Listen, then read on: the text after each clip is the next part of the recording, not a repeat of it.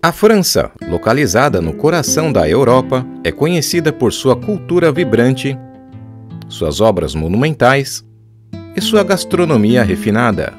Mas muito antes dos vinhos, dos croissants e da Torre Eiffel, essas terras eram compostas por florestas sombrias, cheias de névoa e com o som horripilante do carnix, um tipo de trombeta de guerra dos gauleses. Além dos gritos de guerra dos bravos guerreiros daquela região, um povo que não conhecia o medo da morte. De fato, essa seria uma descrição crua e precisa do que os romanos enfrentaram ao desbravar as florestas da antiga Gália. Naquela época, a região era habitada por inúmeras tribos celtas, povos guerreiros, orgulhosos e profundamente ligados à sua terra. Dentre os gauleses, surgiram líderes de renome, que fariam Roma estremecer muito antes da Gália se tornar uma província romana. Um dos mais temidos foi Breno, o chefe gaulês que liderou a invasão de Roma em 390 a.C., conhecido por sua frase lendária, Vae Victis, que significa Ai dos vencidos. Breno simplesmente humilhou o povo romano, saqueou a cidade e exigiu montanhas de ouro para deixá-los em paz. Porém, o destino o traiu, e ele foi derrotado por Marco Fúrio Camilo, o homem que Roma chamaria de seu segundo fundador.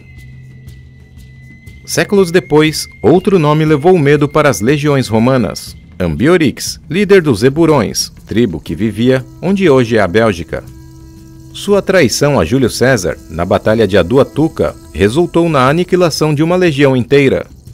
Os romanos passaram a noite se preparando para abandonar o forte ao amanhecer, e na primeira luz do dia, os legionários, carregando um peso maior do que o habitual, deixaram o forte, e quando a maioria dos soldados já estava na planície, os gauleses atacaram traiçoeiramente de ambos os lados, fazendo com que 7.300 legionários caíssem sem misericórdia. Ainda assim, nenhum desses líderes se tornaria tão lendário quanto Vercingetorix, o guerreiro que unificou as tribos gaulesas contra o avanço romano, e foi a partir dele que nasceu a inspiração para o gaulês mais amado da França, o famoso Asterix. Mix, isso é ridículo. Se você caiu da árvore, é só falar.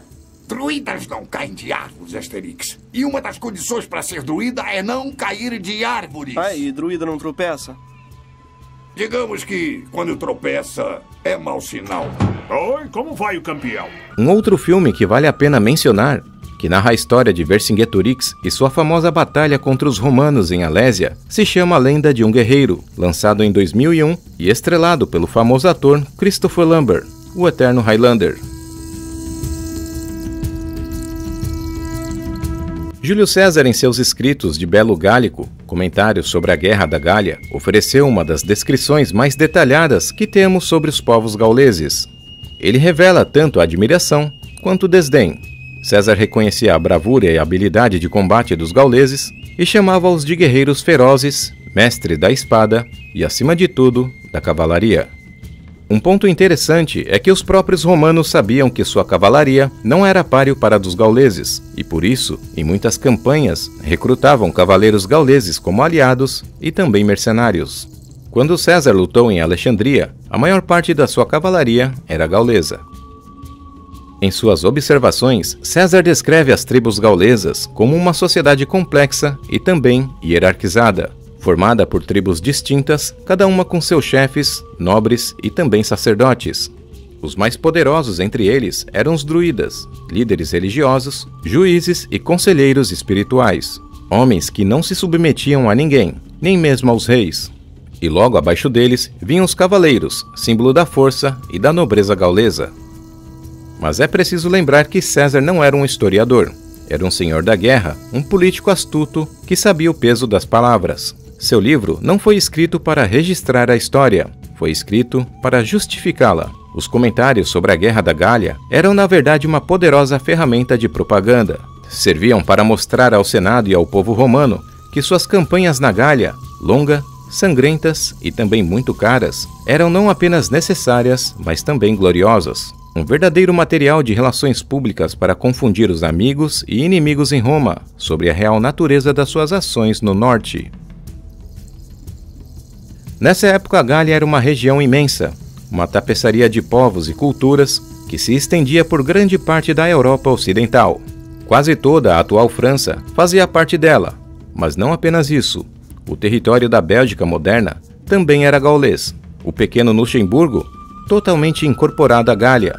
Grandes áreas da Holanda, especialmente o sul e também o oeste, também estava sob domínio gaulês. E mais ao leste, regiões inteiras da Alemanha, principalmente ao longo do rio Reno, pertenciam também à Gália. Até mesmo a Suíça e sua porção ocidental, incluindo cidades como Genebra e Lausanne, faziam parte deste vasto território.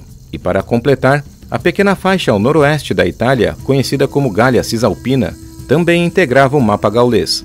Mas entre todas as regiões, havia um ponto que se tornaria lendário: Lutécia, o embrião da futura Cidade-Luz. Localizada às margens do rio Sena, Lutécia era um assentamento gaulês próspero, fundado por volta do 1º século a.C. Seu nome foi registrado pela primeira vez nos escritos de Júlio César, durante as campanhas da Gália.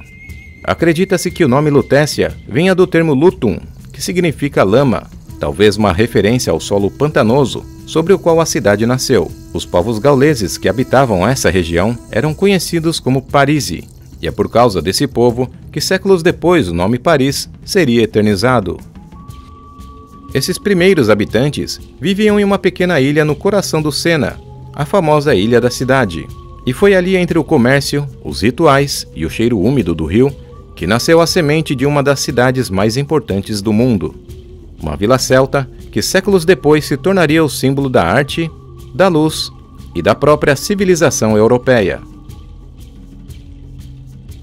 Os habitantes dessa região foram convocados por Vercingetorix para integrarem a coalizão contra os romanos, mas infelizmente, ou felizmente, dependendo do ponto de vista, acabaram derrotados. Sob o domínio romano, Lutécia se transformou em uma grande cidade administrativa, militar e comercial de grande importância. A cidade se expandiu para a margem esquerda do rio Sena, com a construção de novos fóruns, templos, aquedutos e um anfiteatro, passando por um intenso processo de romanização.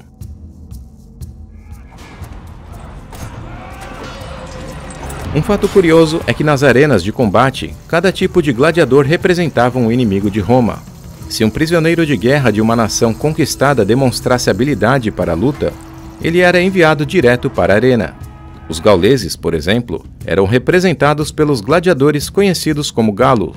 No entanto, depois que a Gália se tornou aliada de Roma, essa representação foi proibida, e acredita-se que eles tenham sido substituídos pelos gladiadores chamados de mirmilos.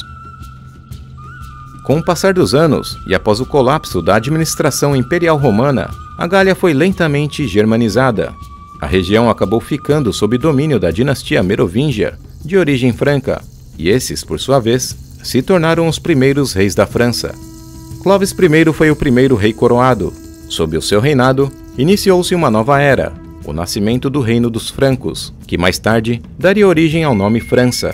Clovis era um guerreiro impiedoso, mas também um estrategista político notável. Ele soube unificar as tribos francas sob o mesmo estandarte. Também influenciado por sua esposa, a famosa Santa Clotilde, Clovis se converteu ao cristianismo após vencer a Batalha de Tolbiac em 496 d.C. Com Clovis e os merovingios, a Gália deixou de ser uma província romana em ruínas e começou a se transformar em um novo reino europeu. Um território que herdava a ordem romana, a fé cristã e o espírito guerreiro dos povos bárbaros. Bom pessoal, eu tentei abordar aqui os pontos mais interessantes desse povo, que possui uma história gigantesca. Espero que tenham gostado e até o próximo vídeo.